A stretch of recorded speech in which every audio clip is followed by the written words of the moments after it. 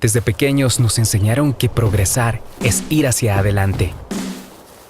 Sin embargo, en el camino te das cuenta de que hay otras direcciones.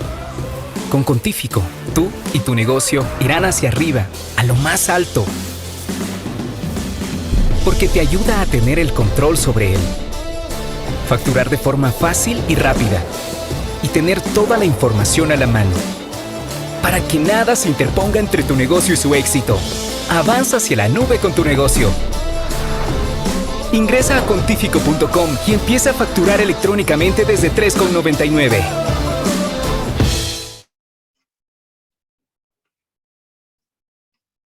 Hola, muy buenas tardes para todos. Mi nombre es Wendy Moreno. Hago parte del equipo de mercadeo en Contífico y les doy la bienvenida a nuestro evento el día de hoy. Antes de iniciar, quisiera saber si me están escuchando bien y si están viendo mi presentación en este momento. Por favor, por medio del chat, los que se encuentran conectados me pueden indicar. Listo, Claudio, Ángel, Pablo, muchísimas gracias por su confirmación. Entonces vamos a continuar. Como les indicaba, pues les doy la bienvenida a nuestro evento del día de hoy.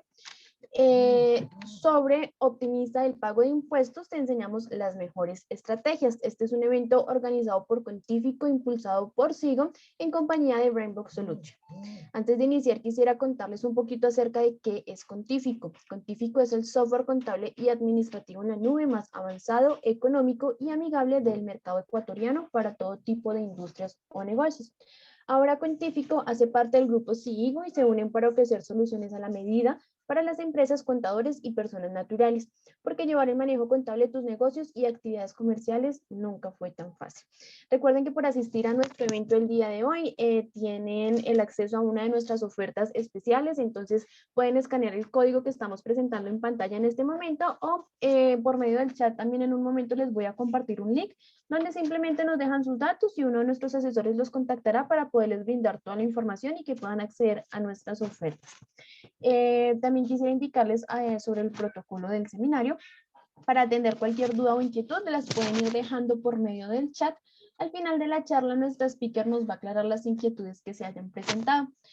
Las memorias de este evento se van a enviar 24 horas después al correo con el que se registraron. Adicionalmente, pues también les adjuntaremos la presentación de nuestra speaker para que no se puedan pues perder ningún detalle, ¿listo? Y como para nosotros es muy importante su opinión, tan pronto termine el webinar se les va a desplegar una encuesta. La idea es que nos ayuden resolviéndola, es súper pequeña, no se van a demorar más de 5 minuticos contestándola y la verdad nos ayuda bastante pues para saber de qué temas les gustaría que tratáramos y demás pues para poder hacer eventos más adelante para ustedes, ¿listo? Entonces pues nada, no siendo más le doy la bienvenida a nuestra speaker el día de hoy, ella es Cristina Tenorio, ella es gerente de operaciones en Brainbox Solution, tiene 20 años de experiencia en contabilidad y tributación, graduada en economía con un diplomado superior en relaciones económicas. Cristina, muy buenas tardes, ¿cómo estás? Hola Wendy, ¿cómo estás? Buenas tardes. Muy Gustosa bien. de compartir una vez más con Contífico. Bueno, mil gracias por aceptar esta invitación y pues adelante. Listo. A ver, voy a compartir mi pantalla. Como les decía, pues en primer lugar, feliz de poder estar acá. Me ayudan confirmando si pueden ver la presentación. Sí, señora, ya estamos viendo tu pantalla. Listo, perfecto. Okay.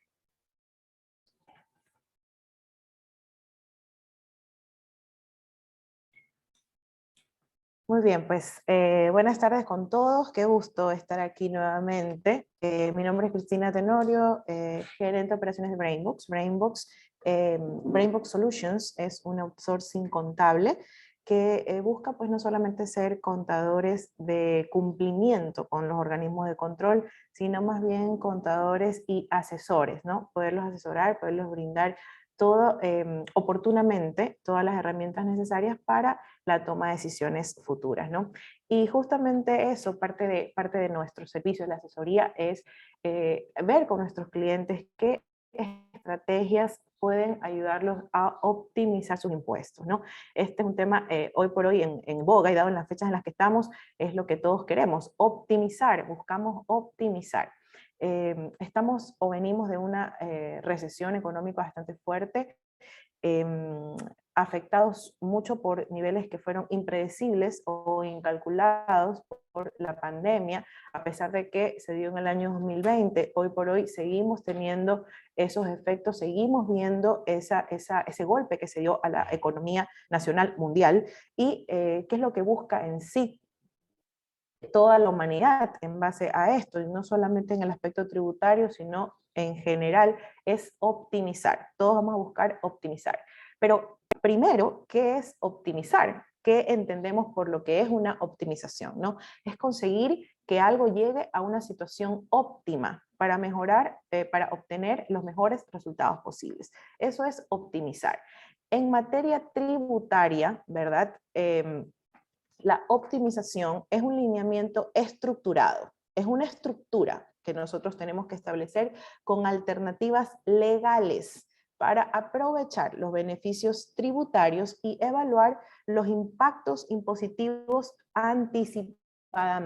Eso es lo que busca una optimización, que yo anticipadamente pueda tener una idea clara, una visión clara de dónde puedo yo obtener esta optimización, que como resultado va a mejorar mi flujo de caja, ¿verdad? El flujo de efectivo como tal, y en consecuencia la rentabilidad para los inversionistas, ¿no? Eso es lo que estamos buscando. Ahora, es importante que cuando nosotros escuchamos la palabra optimizar, un poco dejemos de un lado el pensamiento anterior que se tenía a la optimización es no pagar. Hay que buscar la forma de no pagar impuestos, hay que ver la estrategia, la trampa, la forma de pagar lo menos posible o no pagar nada, ¿no? Entonces es importante que nosotros dejemos de un lado ese pensamiento, porque si nosotros no queremos pagar nada, entonces tendríamos que no vender nada, ¿no? O tendríamos que tener nuestras empresas en pérdida. Y ese no es el espíritu. El espíritu es que como sociedad busquemos la reactivación, buscamos la producción, buscamos las utilidades, y que todos podamos ganar y que todos podamos crecer. Y dentro de ese proceso, buscar cómo, dentro de las alternativas legales, poder reducir al máximo la carga impositiva, ¿no? Siempre que yo me mantenga en los planos legales. Ahora, muy bien, ahora estamos en época de impuesto a la renta, pero yo sí quisiera hacer una pequeña puntualización entre lo que es los impuestos directos y lo que son los impuestos indirectos, porque me voy a referir de esa manera durante la presentación, ¿no? Impuestos indirectos, vamos a todo aquello que se deriva de un resultado, ¿no? En este caso, vamos a ubicar como impuesto a la renta un impuesto indirecto. Y como un impuesto directo, algo que no depende de un resultado, sino que es per se existe. En este caso vamos a pensar en el IVA, ¿no? El IVA, que es un impuesto al valor agregado propio de las transacciones, que no es ni tuyo ni mío, es del Estado. Entonces, es importante aquí que nosotros puntualicemos este tema, porque al nosotros decir optimizar, también caemos en el tema del IVA, no quiero pagar IVA. Entonces, recordemos siempre que el IVA se paga de entrada o se paga de salida, pero lo importante es que se pague oportunamente, de la manera adecuada, con estrategia, ¿no? Entonces, avanzamos un poquito y, como les decía, la manera de optimizar un pago de impuestos es establecer una estrategia. Ahora, ¿qué es una estrategia? En sí, la estrategia es el arte de proyectar, de dirigir las operaciones mediante una serie de acciones meditadas, dice el concepto de la Real Academia, encaminadas hacia un fin determinado. Cuando yo leía este concepto quería justamente traerlo, que fue el día del partido, ahora que tuvimos recién el partido con Ecuador y Perú, y pensaba, bueno, ¿cuál es la proyección, no? La proyección es llegar al Mundial. Para llegar al Mundial teníamos que ganar ese partido. Se dirigen las operaciones, ¿no? Con el cuerpo técnico, se establecen las acciones meditadas, que son las jugadas, ¿no? de cada uno de los participantes, pero cuando vamos obteniendo el resultado, pues nos llenamos de alegría, de emoción, y después en el tiempo pueden pasar cosas que de repente nos pongan en tensión, ¿no? Y lo importante de la estrategia es tener esa capacidad de reacción y de cambiarlo. Bueno, no podemos ganar con 2, 3, 4 goles. Ok, cambia la estrategia, va a ser empatar, pero de aquí no nos vamos con una pérdida. Entonces, en el fondo ese pensamiento y esa capacidad de reajustar, ¿no? De reajustar la estrategia en la jugada nos va a permitir obtener los resultados que vamos a querer al fin, ¿no? El objetivo final, por así decirlo.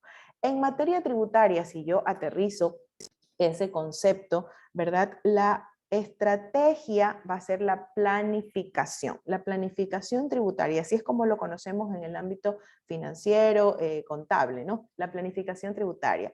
¿En base a qué? En base al conocimiento y a la correcta aplicación de la normativa legal vigente. Créanme que la mejor estrategia en planificación es el conocimiento. Cuando yo conozco las reglas del juego, cuando yo conozco las limitantes, cuando yo conozco los beneficios, cuando yo conozco los castigos, es mucho más fácil poder planificar. Muy bien. La planificación tributaria pues va a ser un conjunto de estrategias útiles que la empresa va a adoptar de manera anticipada para lograr un pago de impuestos justo, haciendo uso de los beneficios de la legislación que actualmente nosotros tenemos vigente. Y aquí viene una palabra, ¿no? Justo. Cuando digo justo, bueno, pero ¿qué es justo? ¿Quién determina qué es justo? ¿Cómo decir pagar el impuesto en un ambiente en donde por lo menos nuestros clientes, y en algunos casos hemos visto, sí, casi estamos trabajando a pérdida, ahora con los nuevos regímenes que el año pasado microempresa, ahora con el RIMPE que es nuevo también?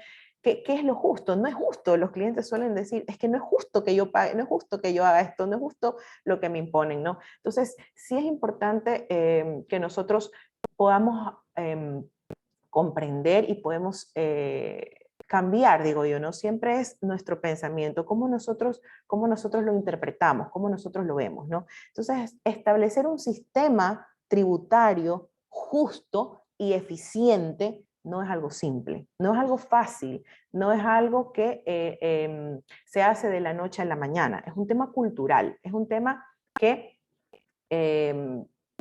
vamos a tener que ir conquistando, vamos a tener que ir cambiando. En los países en desarrollo, como actualmente se conocen, son aquellos pues, que buscan integrarse a una economía mundial para estar pues, a la par, para poder ser mercados competitivos, y establecer este sistema justo no va a ser tan simple porque tienen que tener muchas cosas en juego, muchas cosas pendientes, ¿no? La primera obviamente va a ser recaudar los ingresos suficientes sin que se dé un excesivo endeudamiento público. Entonces vemos ahí dos ideas que se contraponen, ¿no? Hacerlo o poder hacer la recaudación de impuestos sin que eso desaliente la actividad económica, muy complicado, muy difícil. Porque si queremos hacer una recaudación y subimos los impuestos o hacemos un ajuste en cálculo de los impuestos, lo primero que va a pasar es que la gente tenga una retirada, ¿no? A nosotros nos pasó, tuvimos casos cuando fue el régimen de microempresa, que muchos negocios en que se supone que el sistema los tenía que ayudar, los perjudicó bastante, tuvieron que cerrar sus pequeños negocios, sus microempresas, porque tributar sobre la facturación, pues el impuesto ni siquiera era el equivalente a lo que realmente ganaban, ¿no? Porque sus costos y gastos de operación en ese momento pues los sobreponían. Entonces, hacer esa recaudación sin desalentar la actividad es un juego que es difícil de llevar a la par, ¿no? Y obviamente también el jugar el que no se puede desviar demasiado de los sistemas tributarios de otros países. Tengamos en consideración que en el Ecuador es uno de los países con menos índice de tributación porcentual, y aún así nos es difícil pagar, nos duele pagar, nos cuesta pagar, ¿no? La recaudación es un proceso bastante complejo. En primera instancia, porque no existe esa conciencia plena, ¿no? Esa conciencia tributaria por parte de los contribuyentes.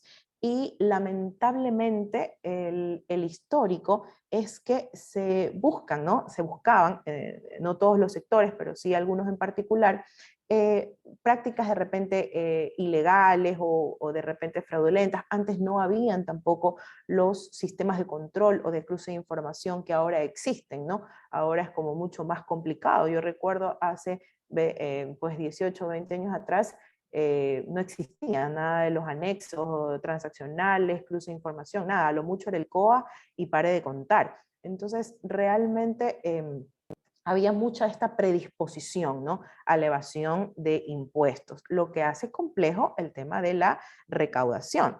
Y afecta también eso directamente a la planificación tributaria, lo afecta directamente. Entonces, ¿qué es lo que nosotros tenemos que trabajar o qué es lo que nosotros tenemos que tener en cuenta en cuanto vamos a hacer la planificación tributaria? Ok, primero, trabajar en pagar lo justo o pensar en pagar lo justo, no en no pagar.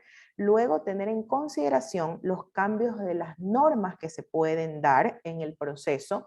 Las reformas tributarias, que últimamente las vimos, la última, el del 30 de noviembre también, que nos dejó un poco más claro todo lo que se venía escuchando desde la posición de Guillermo Lasso, se concretó, se hizo real, se hizo palpable a finales del mes de noviembre, 29 para ser exactos. Entonces hay que estar al tanto, ¿no? Hay que estar en la corriente de lo que puede suceder, lo que nos va a impactar, ¿no? Y tener en consideración también los factores internos dentro de nuestra organización, las cosas que pudieran afectar a nuestra planificación, para que este proceso deje de ser complejo y podamos insertarnos en una cultura tributaria que beneficie no solamente a nuestra administración, a nuestras empresas, a nuestros empleados, sino también la contribución al país, ¿no? Al país entero. Esa planificación es una herramienta fundamental para el buen funcionamiento y se establece con prácticas en sustento legal. El objetivo va a ser reducir el costo fiscal y mejorar la rentabilidad. La ausencia de la planificación tributaria lo que va a tener como consecuencia principal va a ser un desajuste, un desequilibrio o mayores salidas en nuestros flujos de caja, ¿no? Entonces, lo cual es perjudicial totalmente para la administración, ¿no? La mayoría de las veces no se cuenta con los recursos necesarios para hacer frente al pago de los impuestos cuando no han sido planificados, cuando no han sido establecidos, cuando no han sido provisionados. Entonces, cuando como contadores o como asesores financieros le damos un rubro a un gerente, a un dueño, y no se imaginaba que tiene que pagarlo mañana, es terrible, ¿no? O sea, es algo que golpea fuertemente a la economía, a la estabilidad de la empresa. Y ahí es donde pasan tres cosas. Una, el sobreendeudamiento, porque si se tiene la cultura o la idea de que, bueno, si es lo que tengo que pagar, lo tengo que pagar, entonces se ponen aprietos a la administración, al recaudador, todo el mundo a buscar cómo hacer sobregiros, préstamos, y ese sobreendeudamiento hace que el dinero sea costoso. Y ese costo obviamente se transfiere a nuestra administración, golpea a la administración. Entonces ese sobreendeudamiento es el camino como a priori que si bien es cierto en ese momento puede salvar la situación, luego va a tener una consecuencia financiera muy complicada de sobrellevar, ¿no? Si el tema coge un poco más de cuerpo y avanza, sabemos que la administración tributaria tiene potestad para hacer revisiones de hasta 7 años atrás, ¿no? Entonces, si tenemos esas deudas adquiridas que no hemos podido pagar, porque ya están, imagínense, se puede comprometer el patrimonio personal también de los dueños, ¿no? De los accionistas. Entonces, no es solamente lo que yo pueda endeudar a mi representada, sino también el patrimonio que puedo perder o que pongo en riesgo cuando soy parte de un cuerpo accionario. Entonces, bueno, nuevamente, la planificación tributaria, su ausencia, se vuelve muy problemática. Y La peor de las cosas de estas tres que les hago referencia que puede pasar en esta situación no planificada es que haya una inclinación o una mala asesoría a hacer prácticas malintencionadas, ilegales, ¿verdad? Que exponen al contribuyente a temas incluso penales, ¿no? Sabemos que la evasión de impuestos está sancionada por el Servicio de Rentas Internas no solamente a nivel de glosa, ¿no? Recordemos que si la si la administración, ¿no? que tiene la facultad de hacer esta revisión determina que hubo una evasión, una ilusión de impuestos, va a glosarnos, ¿no? A glosarnos y adicional al impuesto y al interés que tengamos que cancelar, pues también habrá una glosa, un 20%, y depende, ¿no? También del juzgamiento y depende de lo que se esté juzgando en sí, ¿no? Pero también en algunos casos pudiera darse el tema penal, ¿no? La privación de la libertad o la prohibición de salida del país, el embargo de los valores en las cuentas, o sea, coactivas. Es un tema bastante delicado. Entonces, la opción Z es dejar a la planificación de lado, ¿no? Ahora, ¿cuál es el pilar fundamental para mi planificación tributaria? Que va a ser mi estrategia de optimización de impuestos. El pilar fundamental va a ser el conocimiento y el cumplimiento de las leyes tributarias. Ese conocimiento de las leyes es lo que a mí me va a permitir provisionar los valores que tengo que responder ante la administración tributaria, hacer el pago oportuno de esas obligaciones y aprovechar al máximo los beneficios tributarios. Más adelante vamos a ver que muchos de los beneficios a los que yo puedo acceder los tengo que hacer con tiempo. Voy a necesitar autorización, por ejemplo, de los ministerios. Cuando voy a hacer, voy a aplicar alguna deducción especial, ¿no? Entonces voy a necesitar un permiso. Si yo lo hago a destiempo, si yo lo hago fuera de los tiempos reglamentarios, no voy a poder acceder a eso. Entonces, el conocimiento y el cumplimiento de las leyes tributarias va a ser mi pilar fundamental.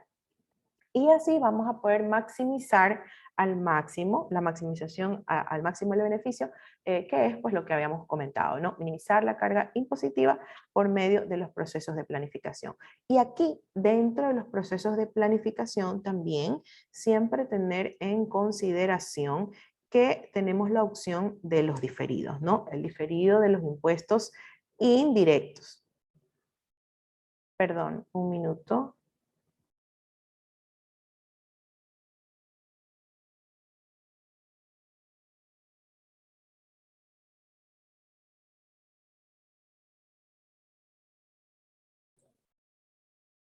Perdón, me dicen que está la conexión inestable.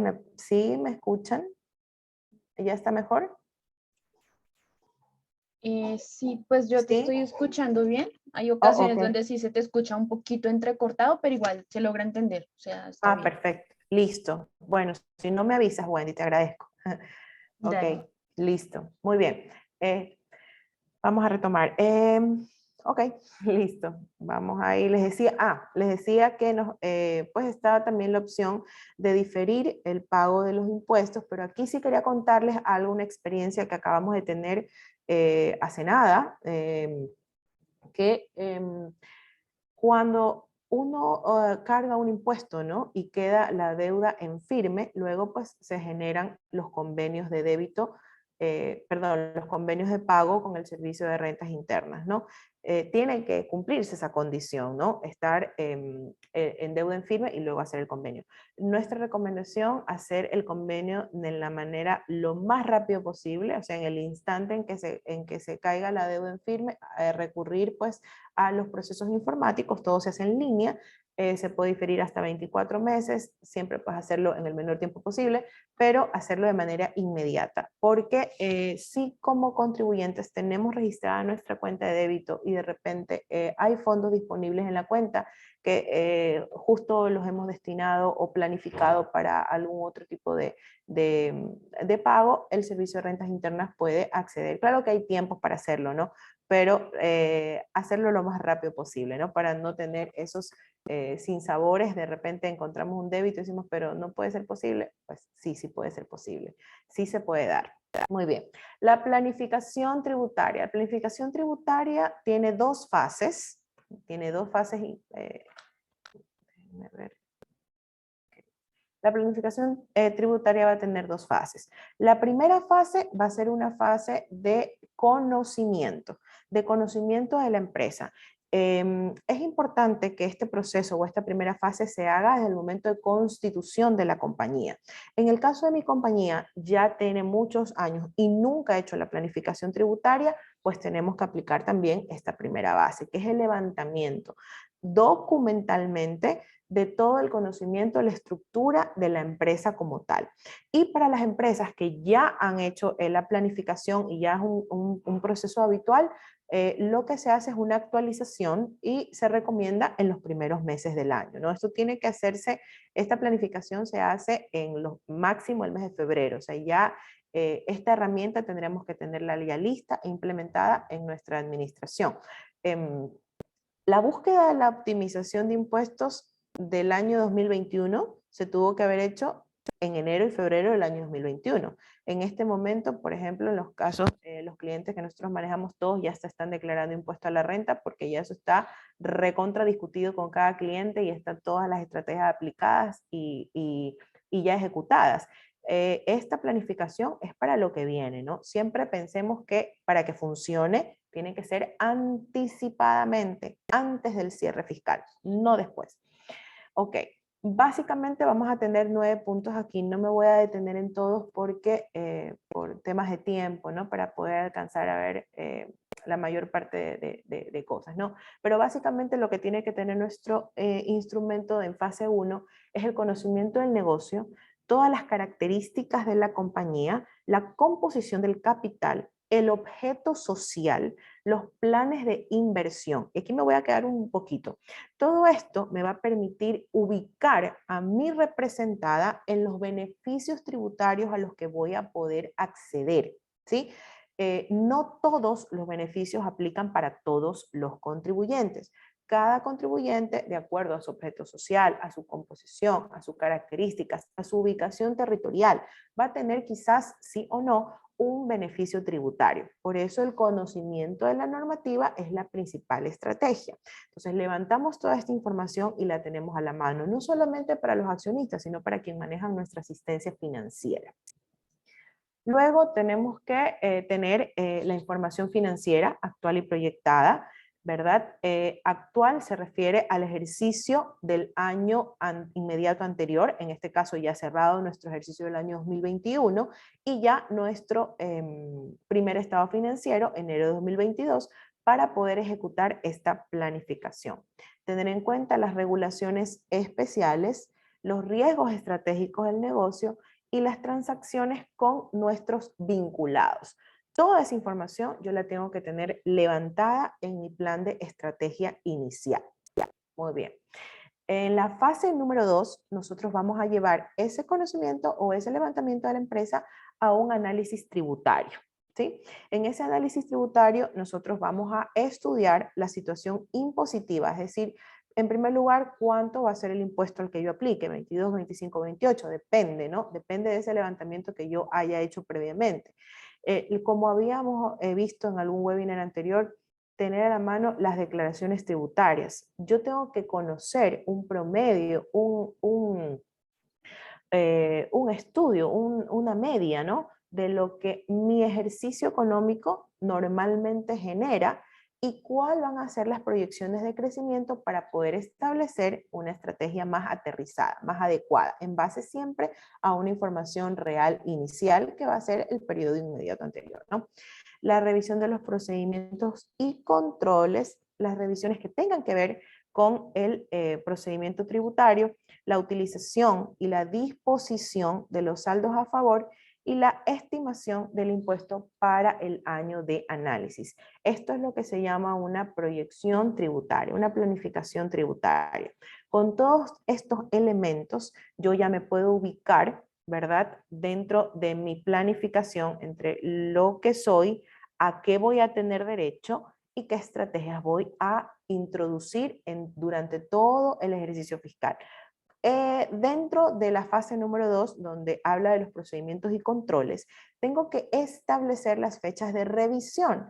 Mis fechas de revisión pueden ser, depende, ¿no? Semestrales, trimestrales, incluso mensuales. Eso ya dependerá de la administración y de lo vulnerable que pudiera ser mi actividad comercial, ¿no? Muy bien. Aquí les muestro un poco una imagen que me pareció bastante interesante, que aterriza muy bien las dos fases justamente de la planificación tributaria, donde en la parte superior yo voy a tener mi análisis de entorno, ¿verdad? Todo lo que es mi administración y como base va a estar siempre el cumplimiento de la normativa, lo que hemos conversado, la optimización del impuesto, el adecuado control y la toma de los correctivos necesarios y oportunos, ¿no? Entonces, teniendo esta base y conociendo el entorno, yo voy a poder tener mis fases muy bien estructuradas, muy bien llevadas, muy bien controladas y estratégicamente revisadas y corregidas, ¿no? Es importante siempre esa palabra. La planificación me permite corregir en el proceso. Si yo estoy viendo que mi planificación se me está desviando en el primer trimestre, tengo que ajustar las revisiones, ¿no? Y así sucesivamente, ¿no? En el momento en que se presenten estas desviaciones, inmediatamente aplicar las correcciones, ¿ok? Considerar las alternativas de ahorro en cuanto a los impuestos nos va a permitir aumentar la rentabilidad de los socios, mejorar el tema del flujo programado y tener siempre en consideración lo que es el entorno cambiante. A esto es lo que me refería con la revisión periódica de acuerdo a la administración de cada empresa, ¿no? Yo tengo que estar pendiente de los cambios que se pudieran dar para poder ajustar todos esos cambios en las correcciones que voy a hacer en mi planificación tributaria. Ok, en el orden de estas ideas, ¿verdad? Es importante, necesario que las organizaciones apliquen de forma continua las normas contables y fiscales de manera adecuada. Y aquí esto lo quiero que lo tomemos un poco, que lo revisemos un poco como un prerequisito, ¿no? Esto es un prerequisito que si yo no lo tengo instaurado, implementado en mi empresa, no voy a obtener los resultados que voy a querer, que voy a necesitar. Entonces, esta aplicación de las normas contables y fiscales de manera adecuada, continua, esta palabra es súper importante, no voy a poder lograr tener la información suficiente para poder tomar las decisiones correctas. Pasa mucho en el medio, a nosotros nos llegan a veces muchos clientes que, un poco abandonados, ¿no? Porque no tienen registrados ni las cosas más sencillas ni las cosas más básicas, ¿no? Desde una depreciación, de una provisión, desde lo más simple, ¿no? Y se pierden de lo que la norma mismo nos permite deducir, ¿no? Entonces, en este webinar vamos a concentrarnos un poquito, ya en el tiempo que nos queda, sobre esas normas básicas que no se nos pueden escapar, que las tenemos que tener ahí muy, muy vigentes y en revisión continua, constante, para que al cierre del año no se me lleve hasta abril, sino que yo en diciembre pueda cerrar mi año tributario porque he tenido en consideración estas normas básicas. Esto para quienes no tengan la cultura de planificación. Quienes ya las tengan y estas normas las tengan totalmente instauradas en procesos dentro de sus compañías, existen las normas complejas. Las normas complejas sí son para 2 webinars adicionales, ¿no? Ahí Wendy tiene que gestionarlo porque ya cuando yo he dominado y tengo todo lo básico contemplado dentro de mis procesos, ya la parte compleja es más específica, ¿no? Y ahí ya nos vamos con la norma, con ciertas cosas que nos pudieran hacer beneficio. Pero bueno, lo general lo vamos a ver ahora. Revisar las cuentas y sus saldos para declarar activos y pasivos en valores reales. Este va a ser mi procedimiento A1, ¿no? Instaurado en nuestra organización.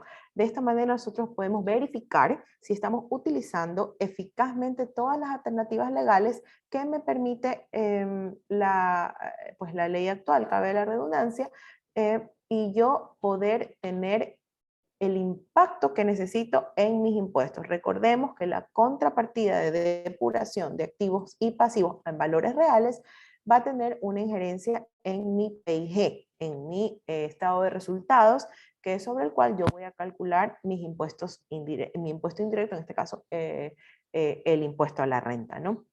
Entonces, vamos a revisar un poquito entre esas cuentas de activos y pasivos qué cosas tenemos que tener pendientes. Cuentas por cobrar, nuestra primera cuenta.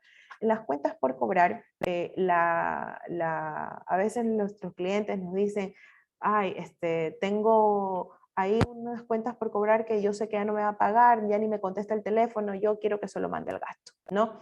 Importante que ustedes conozcan, que ustedes sepan, de poder hacerlo, lo pueden hacer. Es más, las NIF nos invitan a que seamos con nuestras cuentas lo más transparente posible. Pero tenemos que tener en consideración que aunque podemos hacer ese registro, será a nivel tributario un gasto no deducible. ¿Qué sí va a ser deducible y qué sí lo tengo que hacer y qué sí lo puedo aprovechar? Pues el 1% anual, ¿verdad? Sobre los créditos comerciales concedidos, ¿verdad? Sin que esa provisión acumulada exceda el 10% de la cartera total. Entonces, yo sé que tributariamente deducible va a ser esa provisión del 1%. Créanme que muchos no la hacen. Háganla porque es un beneficio que va a poder brindarles un gasto deducible a considerar, ¿no? Ahora, las provisiones voluntarias, ¿verdad? Es lo que les decía hace un momento, ¿no? Lo que yo me acate o dé de baja de manera automática, pues serán gastos no deducibles para efectos tributarios. Aquí, cuando nuestro ejercicio está en pérdida, cuando nuestro ejercicio arroja una pérdida, quizás podemos ser un poco más flexibles estratégicamente con este punto porque lo podemos compensar, ¿no? La pérdida con el tema de la conciliación tributaria. Pero el deber ser es que tengamos conciencia de que sobre esos valores que nosotros castiguemos voluntariamente sin el apego a la normativa, pues serán no deducibles, ¿no? La eliminación definitiva de los créditos incobrables, ese es otro tema importante. No porque yo tenga una cuenta incobrable, simplemente la voy a desaparecer de mis balances. No, yo la tengo que permanecer por lo menos 3 años, ¿no? Así me dice la normativa. La eliminación definitiva, es decir, ya yo no la quiero ver, es que créanme que eso es bastante habitual escuchar, es que ya no quiero ni ver esa cuenta. Bueno, pues lamentablemente hay que verla. Y su eliminación definitiva será de acuerdo a como lo indica el reglamento, contra esa provisión que hemos generado y la diferencia contra los resultados del ejercicio. ¿Okay? Importantísimo, las cuentas por cobrar, ¿verdad? De créditos concedidos al esposo, a la esposa, al amigo, al pariente, etcétera, no podrán ser concebidas o incluidas en este tema de provisión, ¿no? Esas cuentas se tienen que pagar. Si resulta ser que le presté o le di dinero a mi cónyuge, a mi esposa, a mi tío, esos valores serán no deducibles en el caso que se decida castigarlos, ¿no? Si es que no va a haber la devolución de esos valores. Y aquí es importante una anotación. ¿Qué pasa? Es habitual, ¿no? Que tenemos 2 cuentas, ¿no? La cuenta por pagar accionistas, la cuenta por cobrar accionistas. Mucho cuidado, Ojo, si nosotros entregamos dineros a los accionistas y creamos esta cuenta por cobrar accionistas en un proceso de administración tributaria, podemos caer en el tema de que se levanta esto como un anticipo de dividendos, ¿no? Sabemos que todos los dineros que se entreguen a los accionistas que no sean propios del pago de dividendos serán considerados anticipo de dividendos, y eso paga un 25% de impuesto en nuestra declaración inmediata siguiente por medio de la retención, ¿no? Entonces, tener muy en cuenta que no es una práctica saludable de planificación y de tributación que se entreguen dineros sin que sea pues, propio del dividendo, ¿no? Eso es importante. Si nuestros dueños, gerentes, accionistas demandan esa entrega de dinero, la recomendación es que pacten un valor fijo mensual y procedan a la afiliación con el código 109. Muy bien, otra cuenta bastante importante es la cuenta de los inventarios, ¿no? Sabemos que el inventario es todo lo que se tiene disponible para la venta en el curso normal de la operación. No obstante, hay algunas compañías que declaran sus inventarios cuya comercialización o utilización en los procesos productivos ya no es viable y los tienen ahí. O sea, tienen ahí esa cuenta de inventarios infladísima, ¿verdad? Sin ningún juicio ni nada, está ahí, ¿verdad? Y la siguen declarando como inventario cuando se puede analizar un proceso de baja de inventarios que nos dé un gasto deducible. ¿Cuándo se puede hacer esto? ¿No? Porque obviamente hay que seguir el proceso legal, ¿no? No es de coger igual que la cuenta por cobrar y el inventario no, y eliminarlo y desaparecerlo. No, hay que seguir un proceso de acuerdo al reglamento, de acuerdo a la normativa legal.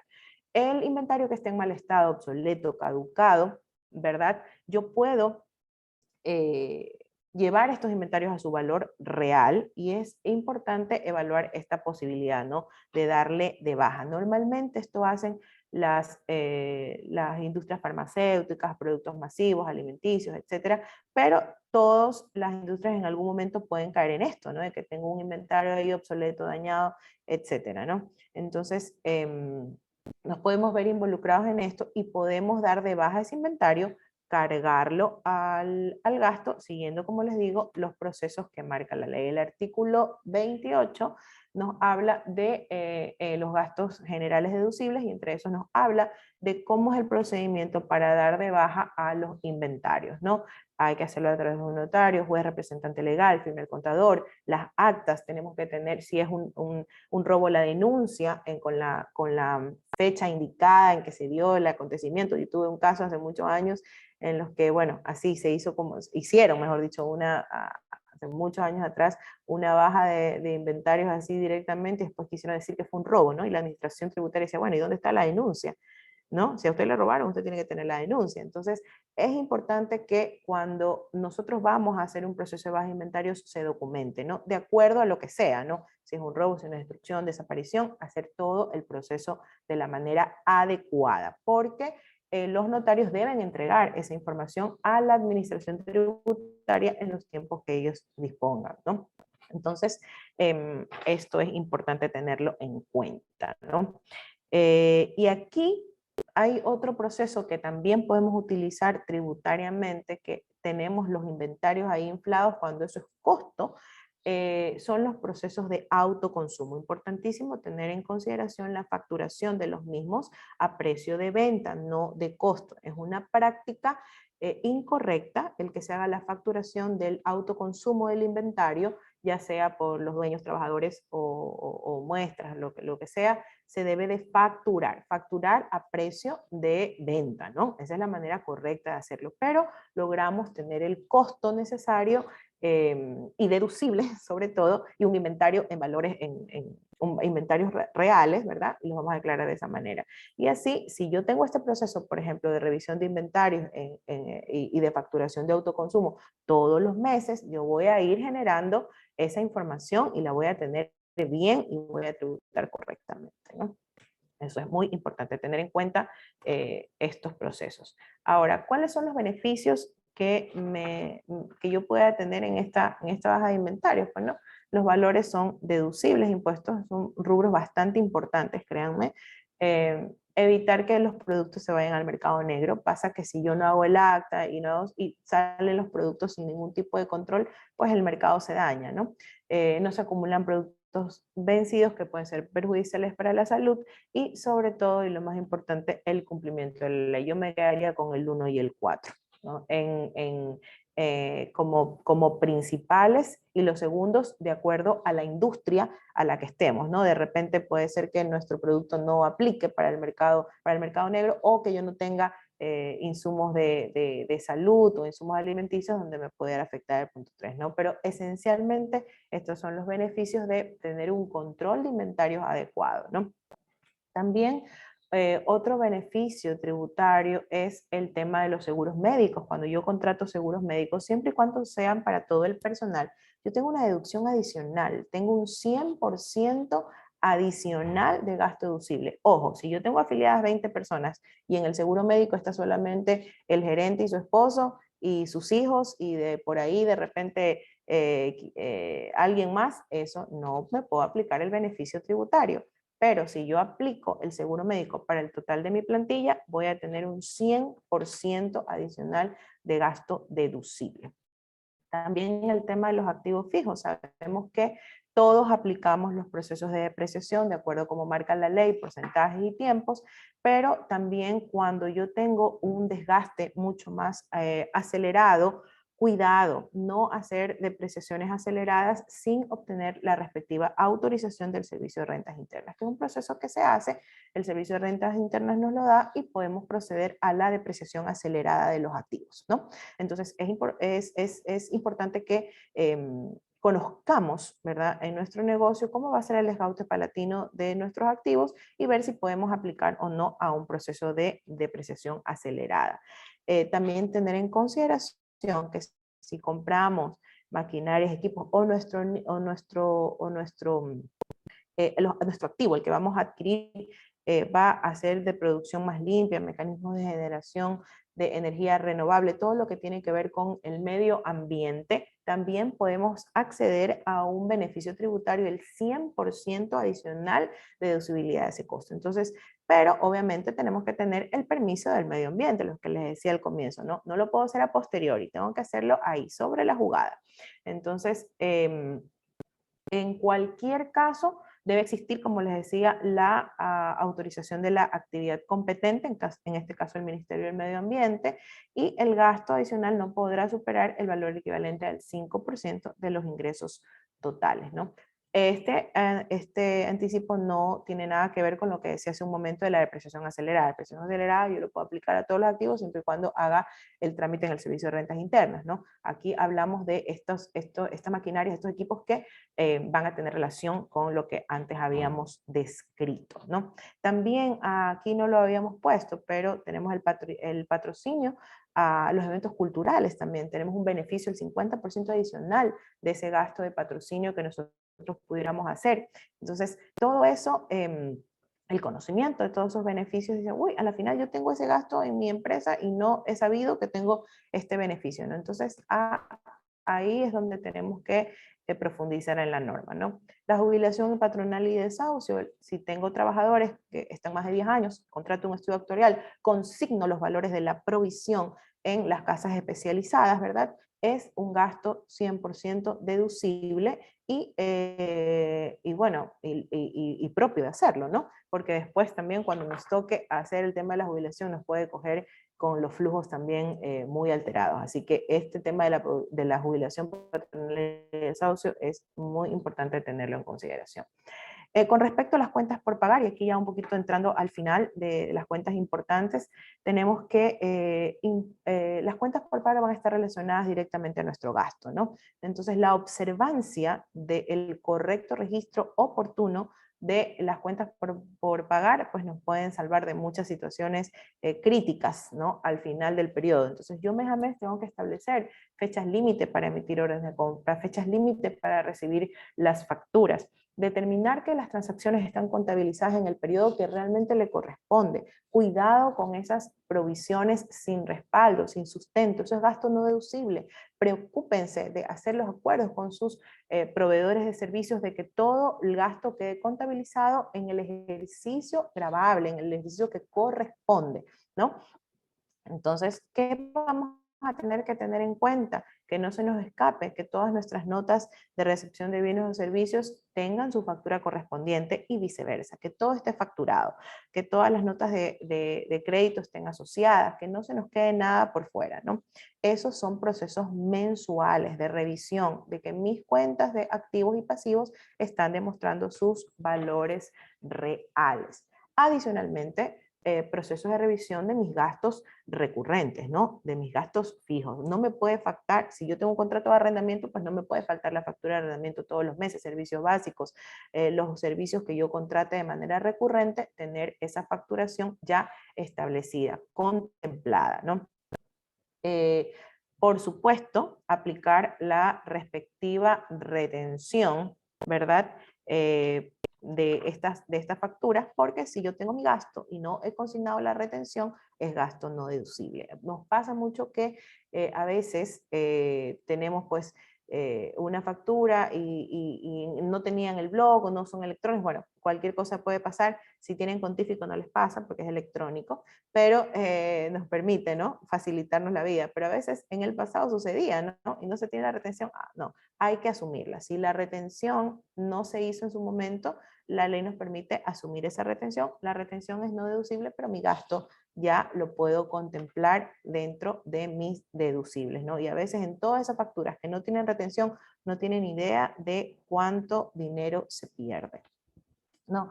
Y finalmente, pues, conciliar las cuentas con nuestros proveedores, ¿no? Es importante tener siempre esta ficha muy clara, tener procesos de revisión, de cuadra información de auditoría interna, ¿no?, con mis proveedores importantes para tener la certeza de que no se me está quedando ningún cabo suelto, ¿no?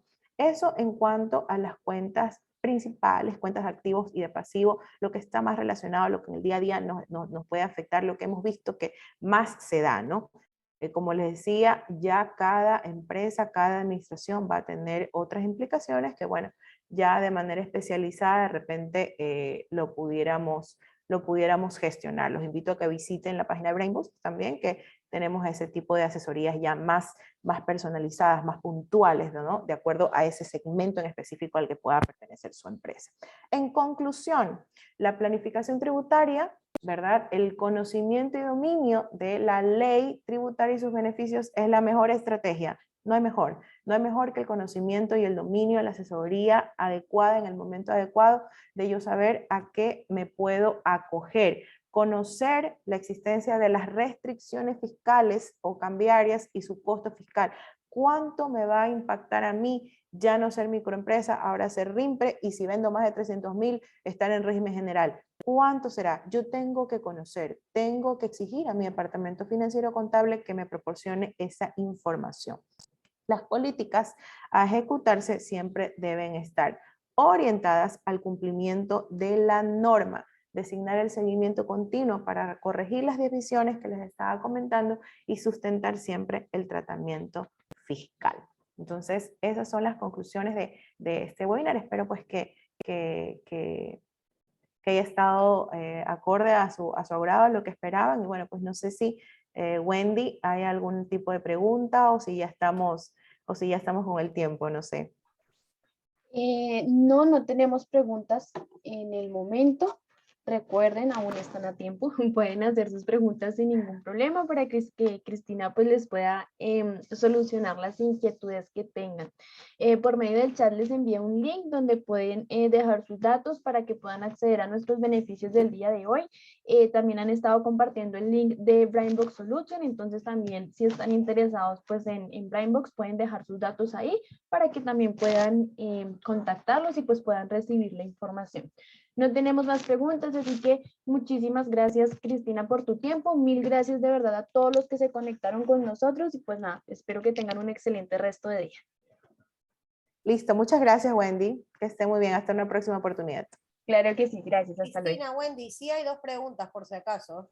Cuéntame, no las vi. Dice, ¿qué opinas sobre la mediación tributaria que se ha dado con la aprobación de la ley como parte de la planificación tributaria? Dino Parra preguntó.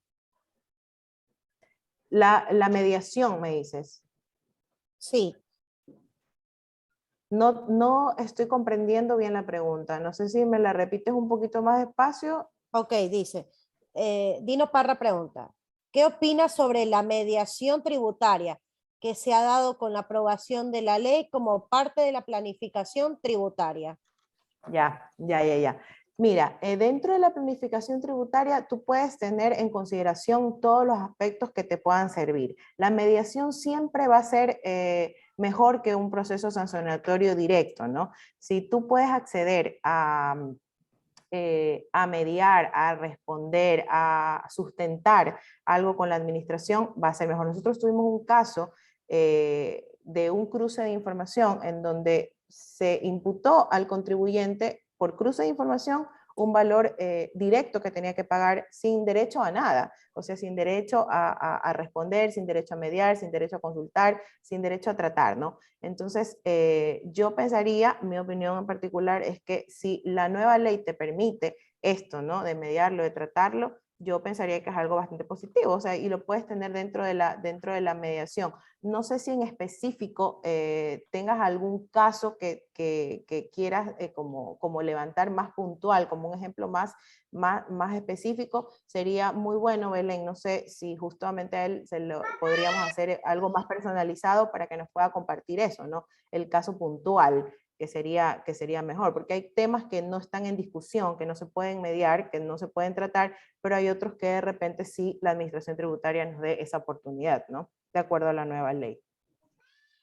Gracias. Tenemos una pregunta también de Damaris. Ella nos dice, si un cliente deposita en la cuenta de un socio, ¿puede registrar como única cuenta por cobrar al socio? Ya, ahí tenemos una dificultad. Recordemos siempre la ley de bancarización, ¿no? Toda compra, toda venta tiene que estar relacionada directamente al comprador, al vendedor, ¿no? O sea, si yo le vendo algo a Contífico, Contífico me lo tiene que pagar a mí, ¿no? Y así sucesivamente. Cuando hay ese tipo de cruces de información, yo lo puedo sustentar, yo lo puedo registrar, pero no es el correcto manejo, no es lo correcto. Lo correcto es que se haga todo el círculo completo. Si, por ejemplo, le depositaron al accionista, el accionista depositar los valores a la compañía, no hacer cruces mágicos, sino que si por facilidad, por la cuenta, por alguna situación en concreta se le hizo el depósito al accionista, el accionista deposita en la cuenta de la empresa con una nota explicativa, una aclaración, pero no de repente que eso se deposite en ese valor y como el accionista tenía a su vez una cuenta por pagar, entonces se la cruzamos y desaparece. Eso es lo que hay que tener cuidado. Es importante que se sigan todos los ciclos y educar a nuestros clientes y educar a nuestros proveedores de que si yo facturo, se me reciben los valores. Y si yo estoy comprando, yo pago a quien me está entregando la factura. Tiene que ser de esa manera, ¿no? Claro, superiores las transferencias a $1000 que tienen que ser bancarizadas, pero hay que educar. Es un tema de educación, de que se haga de esa manera. Pero y que se sustente, ¿no? Que se documente, por así decirlo. Gracias. Tenemos otra pregunta de Diana Martínez. Ella nos dice, los accionistas que toman dinero de manera mensual, ¿cuál es el mecanismo para formalizar? Sí, el mecanismo es código 109. Esa es la mejor manera de formalizarlo. Si es un valor fijo, me invento, el accionista cobra $2000 todos los meses, el mejor mecanismo es afiliación código 109, tiene un pago del 17.60% al Instituto Ecuatoriano de Seguridad Social y factura sus honorarios. No es una nómina, no es un rol, no es relación de dependencia, no tiene derecho a beneficios sociales, simplemente cumple con la formalidad de la recepción de valores, siendo él un mandatario no empleado. Entonces él saca su factura, factura sus honorarios, pero esa factura está sustentada con el código 109. Esa es la manera correcta de sustentar y hacer deducibles esos valores. Gracias. Tenemos otra pregunta. Patricia nos dice, ¿el valor pagado por impuesto a la renta de microempresas es un gasto o cómo se registra?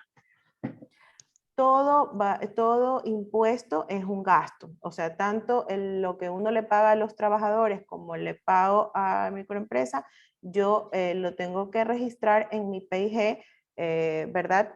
Para que tenga una afectación a resultados. Una vez que yo cierro el ejercicio económico, ¿verdad? Y ya hago mi conciliación tributaria y tengo mis valores, yo procedo al registro y evidencio, ¿no? En mis balances y en mi estado de resultados esos valores. Por ningún caso van a ser, por ejemplo, qué sé yo, recuperables o algo por el estilo, no. Ya lo que se generó como impuesto es el gasto de impuesto a la renta del año de la persona, ya sea natural o sea jurídico, siempre va a ser en el fondo un gasto, ¿no?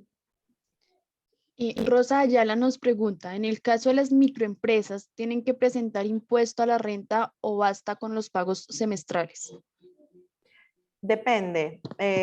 A ver, obligatoriedad no va a tener, pero si ella quiere, por ejemplo, evidenciar un reclamo tributario, ¿verdad? Para poder acceder, si tiene, por ejemplo, retenciones a favor o tiene empleados afiliados y tiene que hacer el reconocimiento de las utilidades, etcétera, etcétera, va a estar obligada a presentar lo que se llama la tercera declaración. Esa es la manera correcta de decirlo. No exime, a ver, no por... Para hacerlo claro, no por presentar primero y segundo semestre ya no tengo que presentar la anual, o si presento la anual ya no presento el primero y el segundo, no, son complementarias. Yo presento mi declaración de impuesto a la renta el primer semestre, segundo semestre, y luego en marzo, que es la fecha límite, porque igual lo puedo hacer anticipadamente, pero hasta marzo yo tengo que presentar mi acumulado, y ya no solamente van a ser las ventas, sino que ya va a ser todo el cuerpo de la declaración, y voy a evidenciar si hay participación, en el caso que aplique, ¿no? Por supuesto. Y lo que no va a haber es impuesto, porque el impuesto a la renta, por así decirlo, yo ya lo pagué. Pero esa declaración me va a servir para evidenciar mis otras partidas, para evidenciar mis trabajadores y también para evidenciar mis créditos y reclamos que yo pudiera tener beneficio, ¿no? Gracias. Steven Flores, no sé si es una pregunta o una afirmación, pero dice, en el nuevo régimen RIMPE, emprendedores, ¿puedo declarar mensualmente el IVA? Sí, por supuesto. Por supuesto que sí. De hecho, te comento que como procesos en BrainBox, todos nuestros clientes que son RIMPE les declaramos mensual, porque el semestral se lleva mucha confusión, mucha complicación, a veces no se cuenta con los flujos, porque a veces los clientes se olvidan, ¿no? De que el IVA hay que pagarlo, entonces pasan 6 meses y salen, porque eso nos pasó con microempresas, ¿no? En algún momento. Entonces, dentro de nuestros procesos establecimos de que sea mensual. Y sí, la norma te permite que tú declares mensualmente tu impuesto a pesar de estar en el régimen RIMP. O sea, puedes optar, pero lo mejor, por lo menos nuestro proceso interno es hacerlo, pues hacerlo por medio de declaraciones mensuales.